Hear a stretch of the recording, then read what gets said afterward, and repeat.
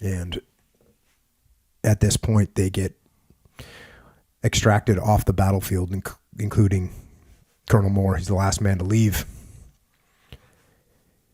from his battalion. And here we go back to the book. It was a short, fast ride to Landing Zone Falcon, just 5.5 miles east of X-Ray. As we landed among the artillery pieces, I saw 75 yards away a group of my troopers off on the northwestern edge of the LZ. Dean Brelis, an NBC news correspondent, was in LZ Falcon that afternoon. He captured the scene in his 1967 book, The Face of South Vietnam. And here's what Dean Brelis wrote.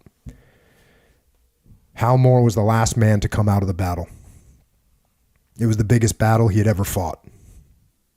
He was a lieutenant colonel, and he carried himself like a proud man.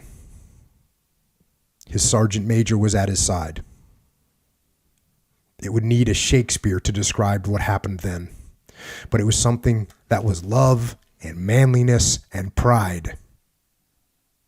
It was the moment of the brave.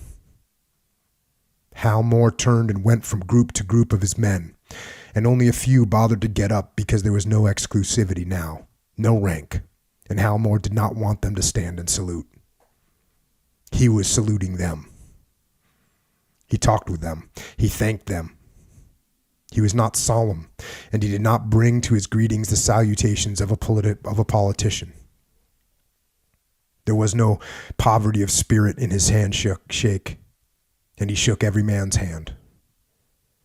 It was a union of men who had met and defeated the enemy, not forever, not in a victory that ended the war, but in a victory over their uncertainty. When their hour had come, they had done their job. And it was this thought, too, that Hal Moore had in his mind. And he said that if they had won no one else's gratitude, they had his.